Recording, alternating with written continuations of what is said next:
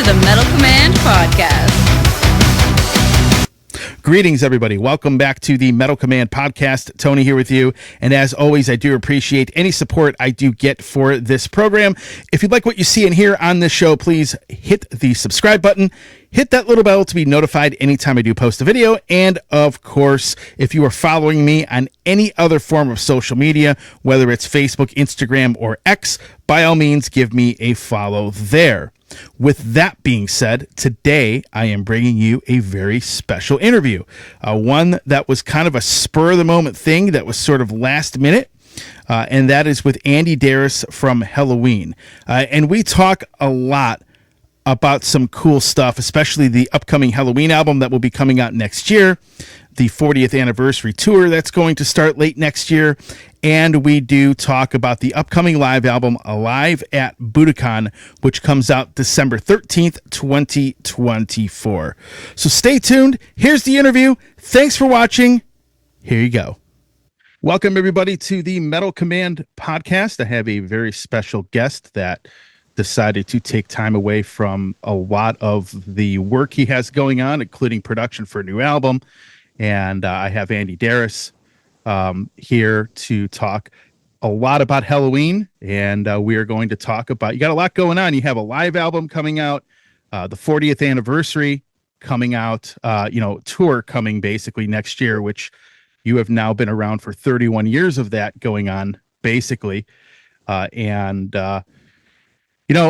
long as I follow the band and as long as I've known you, I've seen this evolve, at least from the late 90s until now. And to me, I feel like this band has been has had its most success, over these last 7 or 8 years. And how do you feel about that? Did you ever see this kind of success coming? And what do you feel about 2025? I mean, do you feel the next couple years will be some of the most successful years this band has ever had?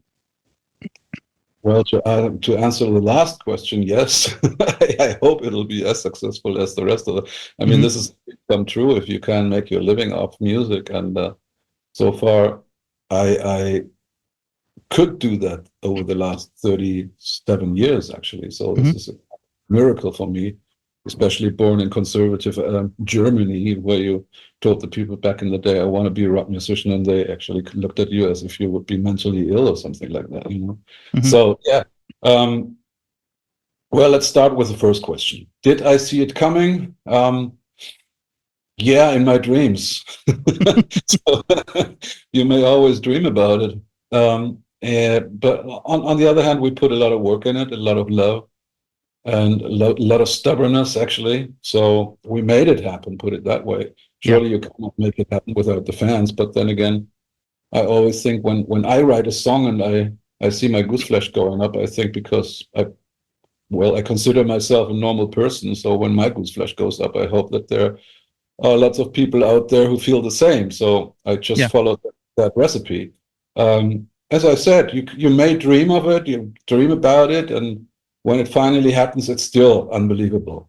So when you come from 2,000 or 3,000 seaters and you suddenly end up in 20,000 seaters, you go like, "Ooh, what the big F just happened?" It's unbelievable. It's very easy to fall into that "I'm the greatest" guy shit. So you have to force yourself down to the ground. Fortunately, I'm married with a very, very heavy lady. She brings me down to the ground. The rest for the boys have always also strong personalities as wives, so that helps a lot. Even though when you're on tour, it's very easy to swim on that success wave, if you know.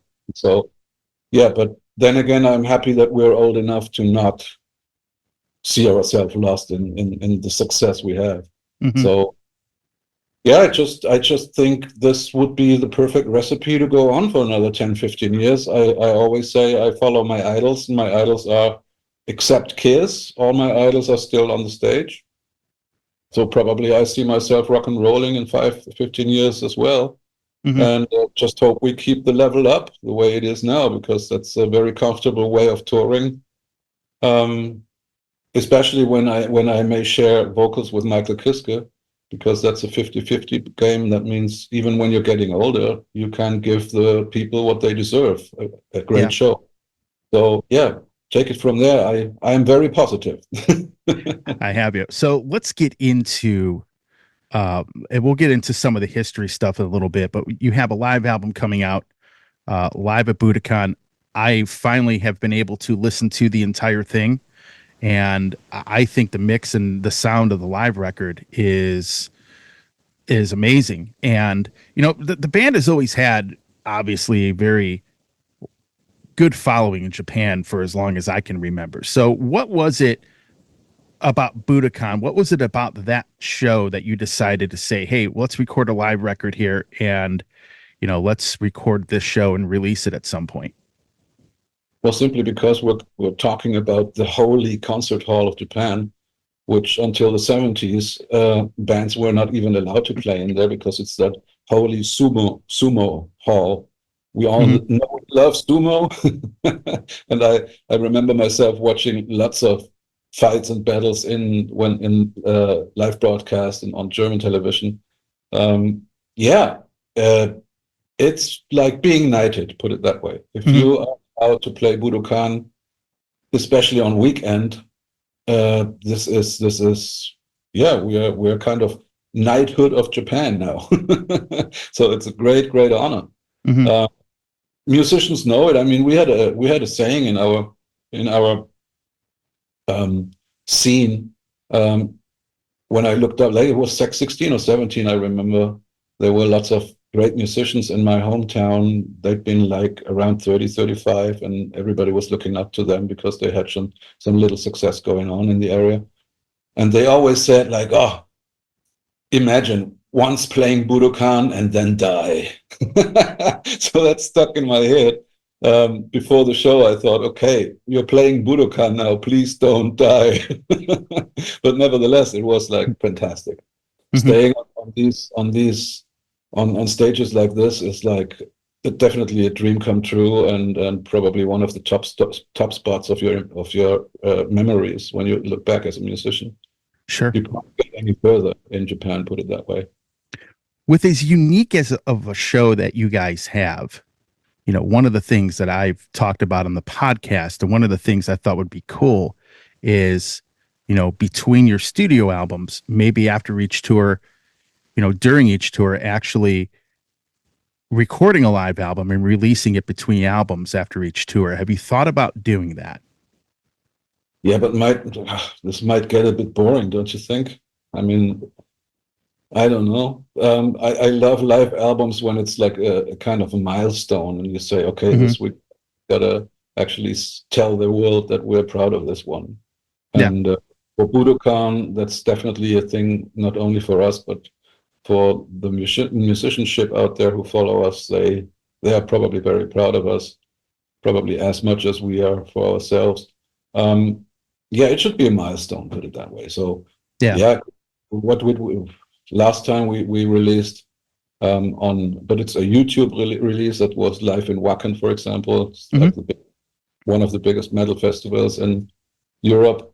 Milestones are important, but I don't think we should release each and every year an album, a live album. That'll be friggin' boring, I think.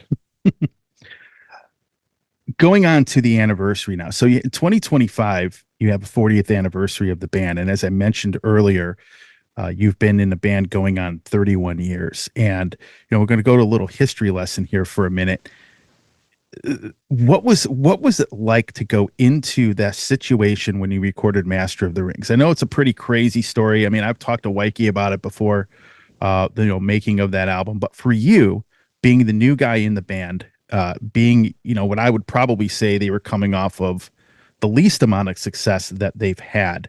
What was that situation like for you, and how did you guys get through that? Well, I was quite aware that I stepped into big shoes, put it that way. So that did not make my life actually easier. So it was a lot of sweat and I was also scared, I have to admit. Certainly, because you never know what the future will bring. You are a new singer and replacing one of the best singers in the world. I was aware of that. yeah, it was a tough time. On the other hand, it felt like playing a lottery a little bit, and as if playing lottery would be your biggest hobby. You understand what I Hmm. mean? Yeah, So I I know. I really gotcha. enjoy playing the lottery. And with Waiki, it was pretty easy to sit down and write all the songs for the Master of the Rings album in a very short period of time, I have to admit. This was like three weeks for songwriting. So certainly we had some ideas lying around left and right, but um, I mean, you can imagine that you actually have to put in a lot of work to arrange an album in 3 weeks, even when ideas are already there. So during these days, during these weeks, I did not even have time to think about what I'm actually doing here. So I Hmm. was just a musician and yeah, doing my hobby, writing songs, great songs that kicks your ass, certainly, when you realize, okay, there's some good stuff going on here. Yeah. And then suddenly you see yourself in the studio. In the studio, then you don't have time to think about will this have success or whatever. You have your music, you know what you record, and you just give it a try. It's just, I say, it's like a ticket in the lottery, and you just want to prepare it as good as possible. It's not only your life, it's not only your profession, it's your hobby. You started it out as a hobby, and I think that's the main part. If you can keep that up to see it as your hobby, then I think then I think success is nearly guaranteed. Hmm. I think people who actually jump on trains because they follow this or that style of music just for success, for the sake of success. I mean, these people don't have fun. It's not their hobby anymore because you start out your hobby because you make your favorite music. Hmm. So I'm very happy that or very fortunate actually, that I was able to always write the songs I wanted. And that actually helped me a lot during the Master of the Rings days, like being new singer of Helloween actually just popped up really like in my mind when it came to preparing for the tour. I said, oh fuck, now I have to replace this great singer, Michael. Um, I cannot do it in his way because I'm definitely not that kind of voice. So I had to find my way around it. It was not easy at all. And I'm just happy that he's in the band now. I never need to sing his songs again. So Yeah. yeah, It's interesting because you're one of the few people that sounds a lot different than the previous singer in a band, and the band was very successful still. You know, if you look at the matter of history, I mean, how many bands, I mean, think of how many bands change singers and then suddenly, you know, people just aren't a fan. The old one comes back, which he kind of came back. Now there's both of you, but it lasted. I mean, honestly, you've been in this band now for over 30 years and you were able to overcome that where not many people are able to overcome, you know, something like that, you know, where, you know, you come in, you're a different sounding singer. A lot of people don't accept it, but with you, it basically became accepted for the most part. yeah. Well, this is something I personally could never influence. I mean, the only thing I have to say, I was fortunate to probably write the best songs for my in my time and bring the band forward with new songs and the new voice, which is me.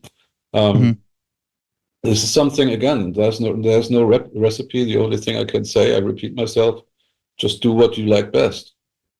Not do Yeah. what you do best, but do what you like best. Because I think at the end of the day, this is that will always win. And maybe that's the reason why it was accepted, because people realized, okay, they are not trying to copy themselves. They try to bring in their roots, but be something that they are nowadays, not what they used to be back in the days. Because again, I could never replace Michael Kiske. He's one of the biggest voices in that genre. So who am I to actually try to step in his shoes and be and try to be better? You can't be better. He's perfect. Hmm. That's for me like Geoff Tate and Michael Kiske. These are for me the two shining stars in that genre of vocal style. You could never be better than them. Yeah. Um, Impossible. So why would I try? I mean, this would be only embarrassing. So I was maybe again stubborn. The stubbornness was good enough and big enough to actually just tell myself, well, fuck it, you go through with your own head, you know. And if it works, hooray.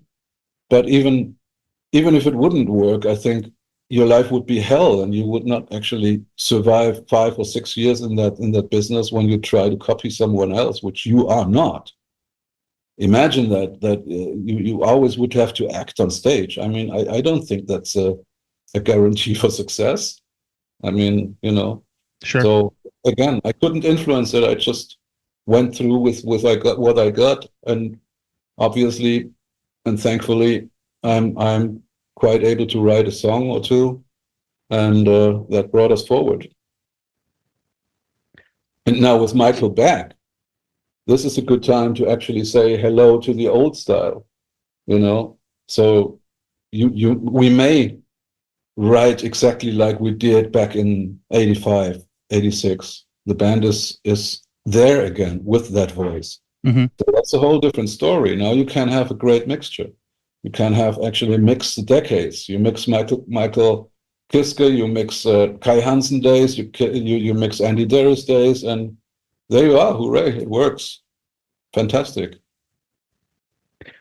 Now you were going on tour late 2025. So one of the things I saw was that you guys are considering and are going to be playing songs that the band either never played live or that you haven't played in a long time. Have you all decided which songs those will be? And has it been like, you know, or has that discussion even happened yet?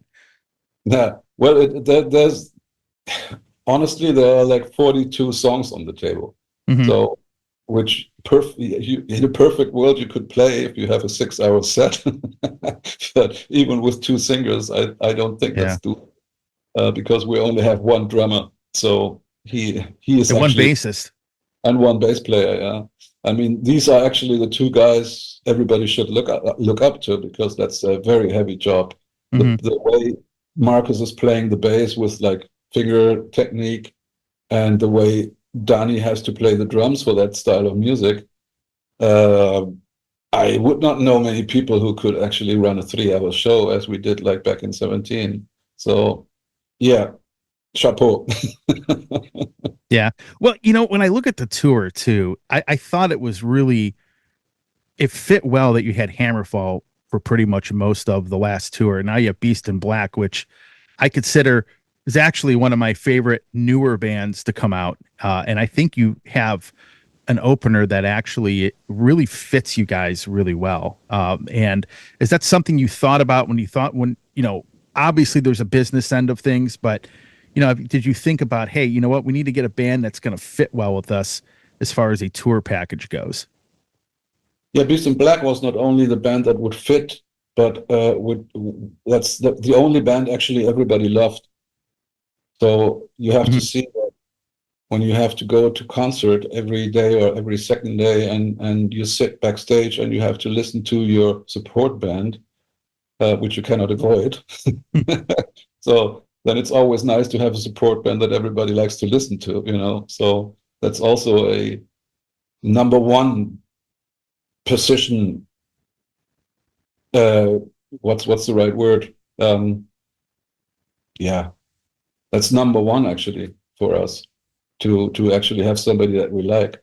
Yeah, there were quite a few bands on the sheet, but I mean, business, yes, but honestly, it's not that important as long as we don't have to actually pay. So I could see ourselves bringing in a support band that we all love and let them play for free, which we already did back in the days. That's not a problem. But so far, nothing around. So all our friends and bands that we know are not ready to go on stage or are not ready to go on a world tour. Or a good friend of mine here on my island, he has a great band, but it's impossible for them to tour because they have jobs. So it's a sad story, because they could go on tour with us for free, but simply cannot do it, because when they would come back after a few months, they wouldn't have a job anymore. So Yeah. yeah, and Beast in Black was the perfect symbiosis of everything. So business, yes. Do we like it? Yes. Let's go for it. So obviously you were in the middle of recording a record. And if you were, how would you say this album, the upcoming album, is different? What are the differences between this one and the self-titled album, which, the self-titled album came out probably a year later than it should have because of the whole pandemic thing. And how would you compare this upcoming album to the self-titled record? I'd say it's much more easy listening, because there's less constructed stuff on it.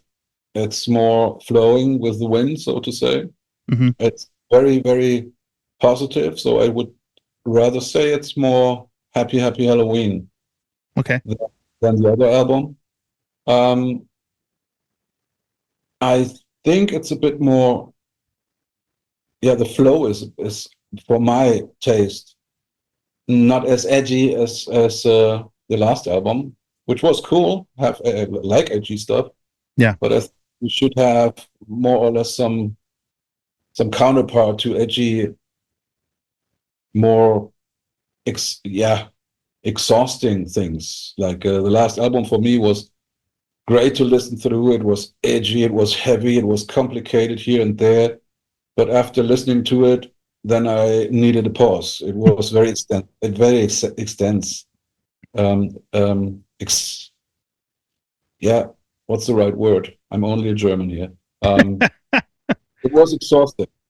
Yeah, I gotcha. After this album, I needed some break. Put it that way. I loved it. I still love it, but it's demanding. Yeah, I think the next album would be much more easy listening. I think much more enjoyable to sing along. There are lots of parts in there. So I would rather describe it as a more happy Helloween album. Yeah. Yeah, that would be the best description. Yeah, I would say there was some darker stuff on the self-titled album. It's almost kind of like, when, the Dark Ride had a lot of darker elements on it, and then you went to Rabbit Don't Come Easy, which had more, I guess, happier elements. Is probably the best way. You still have a little bit of that dark edge on Rabbit, but you kind of went a little more traditional, I guess. Like when you hear Just a Little Sign, and stuff like that. Yeah. I mean, it's hard to describe, because there are lots of speedy and heavy things on it. But when I listen through it, I feel good. I mean, that's a good sign. Not that I felt bad when I listened to the last album. That's not what I mean. Oh, I gotcha. Don't twist my words. I will not do that. It's fun. I listen to it and it's fun. Definitely. So with that being said, I look at the history of this band. I look at how successful you have been. And the other day I was thinking to myself, how are things different now than they were, say, 25, 26 years ago, when I first met you guys? And, the interesting thing is, I thought about this. You guys really do everything correctly. You have everything going for you. You have the songwriting, you have the product, as we say, the band members get along, and you have the management aspect of it down as well. And when you have all of that working, to me, it feels like, because I think your management does a really good job with pretty much everything. And I was just thinking back on this the other day, like how well everything goes for you guys now, because I remember it wasn't always like that either. There was one thing always missing, right? Now this band has been steadily successful. I mean, if you think about it, you haven't even had a member change since 2005, maybe, where nobody's left the band. So it's just, everything goes so smoothly. And how much work did it take to really get there? I think you just need to get older. Right. I think when you went through all the shit, and everybody in the band had to go through all that shit, like business, managements, Hmm. trouble with band members. I mean, we had it all. We've seen it all, and nobody needs that shit anymore. So Hmm. if there's a problem, you just sit down and try to figure out, did he mean it that way? I just thought he means it. That makes me angry. So sit down and ask him. And Hmm. 99.9% of all these cases is definitely no, he did not say it and mean it the way I actually received it. So Yeah. this is something everybody should learn. Don't do a stupid decision now. Sleep over it, talk about it, and the next day it'll probably be solved and it was nothing. Right. So back in the days, you directly uh, kind of went into action. Oh, he was attacking me for whatever reason, or Right. brought things up or made things up. And at the end of the day, when you just would have been a bit cooler and let the smoke pass, and when you see a little bit clearer and the red before your eyes is gone, and then you realize, okay, everything is fine. But It's we didn't do that back in the days. You just feel attacked and you go for it. You defend yourself and you re-attack and counter-attack, and yeah. shit It's like that. it's like the book we've always discussed, The Subtle Art of Not Giving a Fuck. Yeah, there's only so many fucks to give. Yeah, Exactly. pretty much. That's I remember we've talked about that in the Mm, past. mm. And again, it's interesting. It's funny because in a previous interview I did, Michael Kiske kind of described the band as being seven completely different people Yeah, that get together and it somehow works. And I can attest. I mean, I don't know him or Kai that well, but I can attest to the fact that the other five of you are completely different people, and yeah. yet you get together and it works. I think the only thing you need to accept that you are different people. I think that's the Hmm. main problem I think we had back in the days, because everybody actually expected the other to be and react and have the same opinion than yourself, you know. And when you are realizing, okay, we are all different people, so you have to accept that everybody probably has a different point of view, at least a millimeter to the left or a millimeter to the right, and you have to sit down and actually find a compromise. If you accept that everybody is different, that's not a bad thing. You Hmm. just have to accept that you yourself may fail here and there, and maybe the other one is right. And again, when you're getting older, you have decades of comparisons, and you realize, okay, here I fucked up, there I fucked up, here I wasn't right, here I wasn't right. You need that experience. And when you have that, you are a little bit more humble, because you did things wrong, or you haven't been right back in the days here and there, and blah blah blah. Yeah. So if you take that at a base, everything works out fine, and you just sit down with that knowledge and try to find a solution which is good enough for all here in the room. And yeah, that went down super the last years. I mean, no problem at all. Even Yeah. if somebody was pissed off, completely pissed off for whatever reason, again, that somebody did not react like he did back in the days, like with aggression or something like that, but in normal words, and said, "Hey, I have a little problem here. You said this and that, and blah blah blah, and how did you mean that?"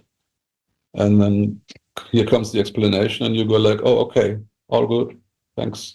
You know, Yeah. yeah, It's really cool that you guys put out some reissues, the kind of reissue the albums again. I've always thought that was a good thing to do every now and then, obviously to keep the albums relevant. But, a lot of these turned out really well, actually. In the three albums, well, I guess there's four albums that were reissued that you sang on. I just thought it was interesting to go back and listen to those again. And it's funny because in the 90s, metal wasn't, it really was a genre of music, especially here, that was just almost non-existent for the most part.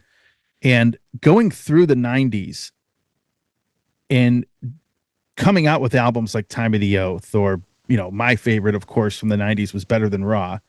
uh, what was it like going through that? I mean, you basically essentially almost restart the band in a sense. You kind of just started from the bottom again and worked your way up, but you also were able to create waves with the Time of the Oath. You had Better Than Raw and Master of the Rings, and all three of those albums sounded distinctly different than each other. What was that like for you going through that era of the band? Yeah, it's a little bit sweet and sour, so to say, when we look at the planet. So the whole planet was a bit divided. There was one half of the planet totally into metal, and there was the other half a bit more, nah, rather not. So we found ourselves in countries where we played in front of 500 or 800 people because metal was dead there. Mm-hmm. And next week you play South America or Asia and you suddenly have like the 10,000 in the concert hall, and it's like weird. So very weird. Nowadays it seems like the planet is a bit more united. So you don't have to jump from 800 clubs into 10,000 concert halls, but nowadays you play, if it's a small club, it'll be 3,000 or 4,000 people. That's not a club anymore, so that's a small concert hall. Yeah. And the biggest you play is then 20 or 25,000, the big stadium halls. So this is more equilibriance, so to say. It's more, yeah, you can actually bring your stage, your stuff on stage. All the stages are big enough. But back in the days, we had like three stages: the small club stage, a middle club stage, and a concert hall stage. So it was very complicated and very strange touring, because we had a management in England, which was the Iron Maiden management, and they actually, yeah, I mean, each and every penny was important. So suddenly you had a bad, lousy stage actually, and I said, yeah, but this is not nice. I mean, yeah, but you don't have that much ticket sales. And I said, yeah, but then we'd rather pay a little bit more here because tomorrow we earn. So invest here, have a nice stage set because the people will come next time. But if with that lousy stage set, I doubt that they will come again. Mm-hmm. These discussions made me sick back in the days. Yeah. And then you mentioned we changed the management and went back to my old management of my former band, Pink Cream 69. Mm-hmm. And from there on, everything was nice. There's no discussion about $1 less or $1 more. And they did not actually take over during glory days or something like that. I mean, we still had to fight here and there. But they were more on our frequency. So rather invest here and hope that next time there will be more people, and rather not earn that much money, but invest in the future. And exactly that worked out. Yeah. I think that they've done a great job since they have taken over. When I look at how much the band has grown, even in the US, I mean, this band is playing bigger crowds in the US than I've ever seen it. I mean, when I go back and I think about the Rabbit Don't Come Easy tour, and think of how long ago that is now, you guys played some pretty small places for the most part. And I remember the tree club. This is always in my memory. The club where in the middle of the stage was a tree. That was nice. Yes. Yeah. So you guys, I mean, I look back, that's over 20 years ago. And I think the last couple of tours when you came here, you played bigger places. I mean, there are some places that might hold 700 people, but in some of the other bigger cities, you're playing to bigger crowds than you had before. And I think you have grown a bit here in the US, quite a bit. And I think the management has done a great job as far as, when you look at marketing, when you look at doing things correctly, for example, when Michael Kiske and Kai were announced to be back in the band, it started out as a tour. You didn't jump into committing to an album or anything like that. And once that was successful, then you went on to the album. I mean, they really helped approach things, I think, in a great way. And I think of two things that changed in the band. I think Sasha joining, and then I think the management bottom row taken over, and it's been great. I think things have gone up from there. That's just how I look at it. Yeah. I mean, we should mention Danny, the drummer. And Danny too, yeah. Because if Danny isn't the one he is, then the whole ship sinks. Because in that genre of music, you need a kind of drummer. Yeah. Yes, definitely. And he had the crazy merry-go-round of drummers. I remember that whole situation. So you went through. I mean, one guy was a session guy.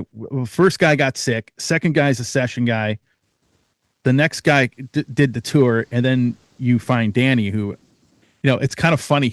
The way he said he was asked into the band is kind of funny, in a sense. He said that Sasha came in. So you join in a band or what? And I thought that was kind of funny because I'd never asked him like how that whole process went, but he definitely, I think, he's an outstanding drummer. He really is, and a very humble individual. Absolutely. As well. And again and again, we always have to see that he's one guy playing over 3 hours. I mean, talking about 2017-18 tour. I mean, unbelievable, and not a single day where he would actually go down 1% or something like that. Yeah. He's always spot on percent. Unbelievable, that guy. He's scared. What's that? He scared me. And it's funny you say that, because people, obviously going on tour is extremely hard. It's really hard on a singer, but people don't realize how difficult it can be for a drummer, especially playing this kind of music. And the fact that anytime I've ever seen that man play, and you don't even hear him make mistakes, you don't hear him. His performance he never has like an off night. Yeah, he's constantly spot on. Even though when you talk to him then after show backstage, he's always not satisfied, because here and there and blah. And I said, hey, shut up! Nobody gives a fuck. This is like what you're saying is you had a sloppy hi-hat, or the cymbals were not far enough, or blah, blah, blah. And said, nobody realized it. Yeah, but I had a hell of a night. It was very difficult. I said, yeah, but nobody realized it. So shut the fuck up. I mean, it's unbelievable, that guy. He wants to be always 100%. And for me, he is. Even though he thinks he's not, everybody's like just shaking their head and saying, yeah, just let him talk. It's like unbelievable, that guy. I think your categories. Just imagine having 5 of them, which is pretty much what I have. They're not back here, though. One gray tiger as him. We have a black widow. We have a little lion, and we have a black and white. Okay, so you have 4. 4. So you're one short of where I'm at. The interesting part too, what I think is always, and I've always said this, you did this first record with Kiski and Kai. Now you went into the second one. Was there a lot? Obviously, it's always a learning curve to go into making one of these albums, especially with 2 new people. Were there a lot of things you learned from the last album and recording it that you said, hey, we're going to do this better the next time? Did you bring a lot of that into this next record? Yeah, I think the main keyword would be confidence. Okay. So last album, we had to get to know each other in that new setup lineup, how to work with him, how to work here, and blah blah blah. And this time we just realized, okay, actually everybody has such great ideas. Just don't control each other's. We don't need to actually stick in a studio for pre-production for 2 months, because everybody did it for himself. Yeah. Let's just listen to it and said, wow, cool. So this time we've been some lazy bags actually, and just said, pre-production, we just do ourselves back at home, everybody in his own studio, and we just take the technique we are given. So internet is great, and you can have live sessions online, and that made life so much easier, because everybody is just relieved that you may stay at home.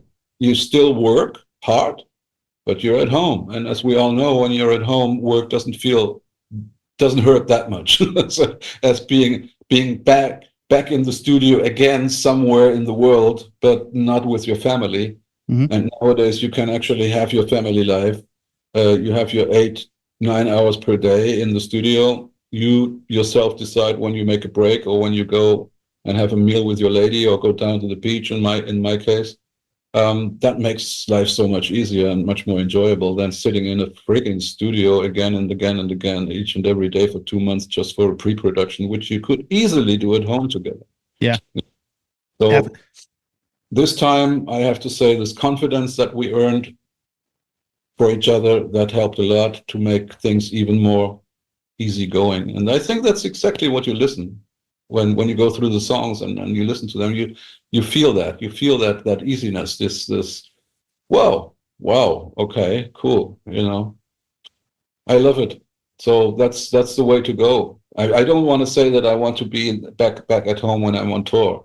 So I hate the idea of laser shows or something like that. No, yeah. So as long as I can walk, I want to be on stage.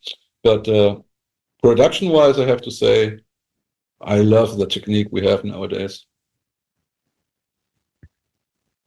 Speaking of production, what is your opinion of AI?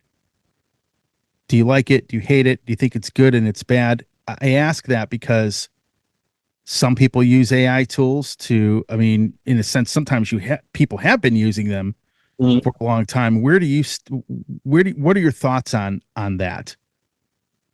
Well, AI, yeah, we can't stop it, put it that way. So we have to live with it anyway. Yeah. If we talk about AI in music, me as a metal musician, I'm more relieved than you think, because I know that AI has never been able to do great metal music, at least for the next 10 years. It will not work. What it can do is like copy all the cheap electronic shit that is out there since years. This is something that AI can copy perfectly because this is computer shit. Mm-hmm. So it's computer sounds and it mixes. At the end of the day, you have to see it like that. And I probably think that's the truth. AI is only as good as the programmer.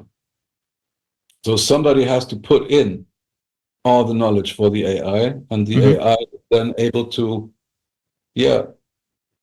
find the right answers or find the conclusions or compare this and that and bring another conclusion. This is something AI does.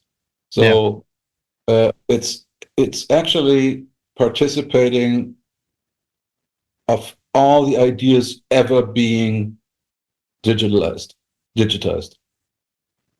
That's it. I mean, an AI cannot be smarter than what is actually put into the digital world, because that's the knowledge it feeds off. Mm-hmm. I don't say this won't change. I think when AI comes to a point to individually decide for itself,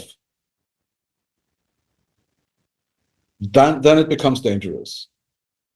Not only for our lives, because I think then we're back to Terminator, because AI will then individually for itself decide that humankind is the biggest threat of the planet. So we could run into that problem. So this science fiction Terminator film is not so far away. It always depends if we have the golden red knob. So I hope that the people who create AI think about that golden red knob. So push it and AI is dead. This is something we need. Yeah. I hope they have it already. If we go back to music, again, digital formats, which are already fed thousands and millions of digital electronic pop music data, AI can always copy and make its own thing out of it, but it's always copying. And this counts for each and every genre of music. So until it's good enough to copy real guitars and drumming and all that shit that makes metal music, I think it'll take another 10 years. Yeah. I don't say we won't get there, but at least 10 years, I would say, because you need more than the AI we got now to make a good rock song. Gotcha, man. Well, I listen to, I don't know, 40, 50 of these so-called rock AI musics. I'm always smiling and saying, oh yeah, wow. no, Sounds like yeah, good. got a couple more questions. That's pretty much all we have time for at this point. Uh, the interesting thing about AI, though, is that I think it enables some of the plugins that you would use for production. I think it actually makes them, sound more realistic in a sense. Yeah. I think it's actually helped with that. I know people that have written songs that used an AI version of their singer's voice to kind of hear what it might sound like, as a demo. So it does have its upside from that perspective as well. And I think that, if we talk about like a guy who is a fantastic songwriter but never will be listened to or always smiled at because he has no capability of singing, so what should he do?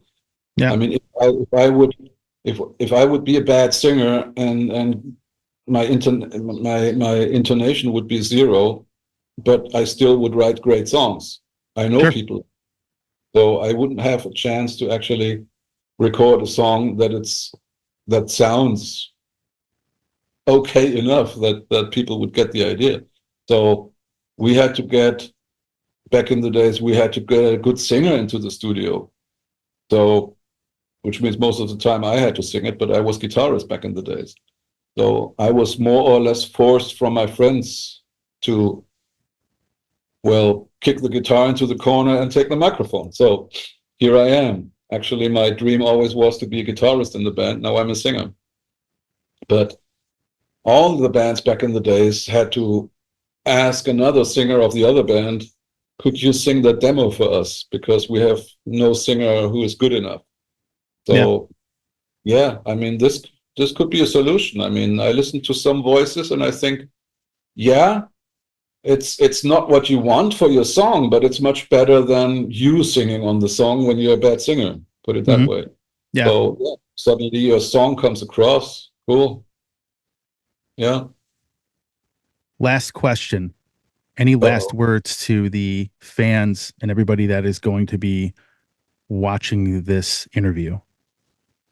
Well, first of all, we'll be back in US definitely, because last time it was it was super fun because we had not only great concerts, we had also lots of free days. So I never had a chance to get to know the US as much as I did the last time. So just remember 4 days in Florida and Tampa. That was super. I mean, I loved it to death, I have to say, because it reminded me so much of back home. Yeah. But US is if somebody asked me, how do you like USA? And said, well, that's probably the same question as if you would ask me, how do you like Europe? Because it's such a vast size and there are so many fantastic, nice corners, and there are so many not so nice corners. So, yeah. But what I want to say, this time I had a chance to see much more of the US. Still, I could not answer honestly how I like USA. I said, well, I love it, and there are parts I hate, but I'm sure I haven't seen anything yet, Yeah. So, same for Europe. Lots of people, how is it living in Europe? I said, first of all, I don't live in Europe anymore. I live on an African island since 27 years, and I love it to death. And Europe, you talk about Europe, what I know of Europe and what I've seen of Europe is love-hate. They're great corners, fucked up corners, as the rest of the world. In Asia, it's the same. So I think we talk about the world. You can never say, I love this or I love that. Said, yeah, I love this corner because I've seen it. I cannot tell you what's around the corner here. And like, say, I know South Germany. I can never say that I like North Germany. It's a completely different thing. Yeah. And kind of like 800, 900 kilometers. Yeah, kind of like the cold wind in Michigan when we saw each other was not so nice. Yeah, I mean that was very cold days we had to witness back then. I remember. Yeah. It was the wind sucked the heat out of me. And it wasn't cold in Ohio when I drove up there. So I thought it was, when I get up there, I'm like, it's like cold up here. But then again, I could imagine in summer it's super beautiful. It is. Yeah. Sadly, right now we are not in summer. There is snow on the ground. I am, my friend. I am. We got 26 degrees out there. Well, I'll end it off here. Again, I do appreciate you taking time to come on the show. I appreciate a lot of the time that you've always come on my show over the last 26 years. It's hard to believe it's been that long, but and I always will. I mean, I remember, it's funny because I never thought I'd see the day where I'd have one of my kids being a fan of the band. He grows up. I mean, it's just kind of one of those things where you're like, man, I'm getting old. Yeah, we're getting older. We're not old yet, but we're getting older. All right. Yeah. Well, hey, what shall I tell you? Yours is still young. Mine is 33. So how old am I? That's hard to believe. That's crazy. That's it.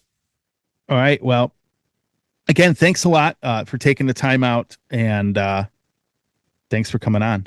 Hey, as always, appreciate. Thank you very much, my friend. Thank you for watching and listening to the Metal Command podcast. If you like what you see and hear on this show, by all means, subscribe to the channel, hit that little bell to be notified anytime I do post a video. And of course, if you are following me on any other form of social media, by all means, give me a like and a follow there. Thanks for watching. Stay metal.